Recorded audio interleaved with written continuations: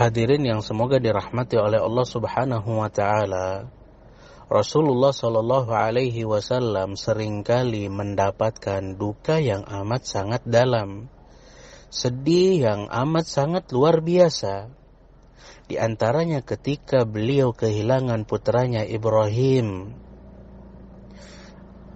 Mata beliau menitikkan air mata, hati pun ikut sedih. Abdurrahman ibnu Auf berkata kepada beliau, "Wa anta ya Rasulullah, wahai Rasulullah, kenapa engkau nangis? Manusia itu mungkin gak bisa sabar ketika mendapatkan musibah. Tapi kenapa engkau pun nangis, wahai Rasulullah sallallahu alaihi wasallam?" Abdurrahman ibnu Auf menyangka bahwasannya sabar itu gak boleh menitikkan air mata. Maka dari itu Rasulullah sallallahu alaihi wasallam menjawab, "Innaha rahmah, wahai Abdurrahman ibnu Auf.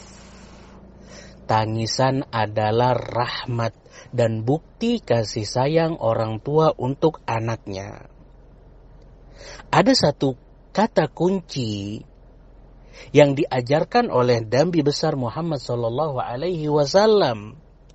Kata Rasulullah sallallahu alaihi wasallam memberikan nasihat kepada kita, wahai kaum muslimin, "Innal 'aina la tadma' wal qalba yahzan wa la naqulu illa ma yurdi rabbana wa inna bi firakika ya Ibrahim la mahzunun." Mata menitikkan air mata boleh, dan hati pun bersedih boleh juga. Namun kata Rasulullah sallallahu alaihi wasallam, kami tidak mengatakan sesuatu yang tidak diridhai oleh Allah Subhanahu wa taala. Nah, ini yang enggak boleh.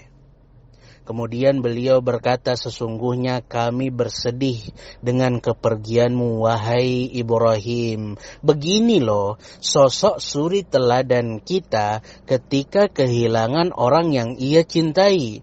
Meski dirundung kesedihan, beliau tetap tegar.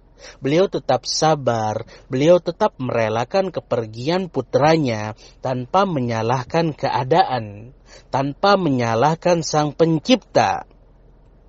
Jadi ketika sedih itu gak disertai dengan tindakan ataupun perkataan yang gak membuat ridho Allah Subhanahu wa ta'ala, maka sedih ini diperbolehkan. Ingat kata kuncinya hadirin, kita pun mungkin akan mendapatkan hal yang serupa.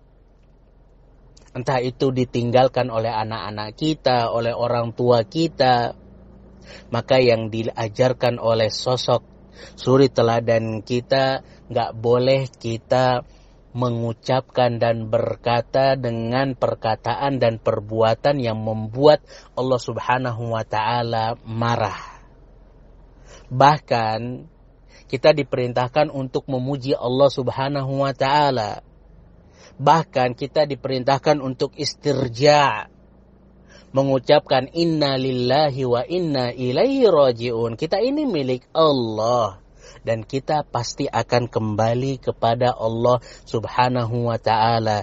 Dan ingat kata kunci dasar yang diajarkan oleh Nabi besar Muhammad sallallahu alaihi wasallam ketika mungkin satu saat nanti kita kehilangan orang-orang yang kita cintai, wala naqulu illa ma yurdi rabbana, dan kita tidak berucap dan tidak bertindak kecuali dengan apa-apa yang diridhoi oleh Allah Subhanahu wa taala.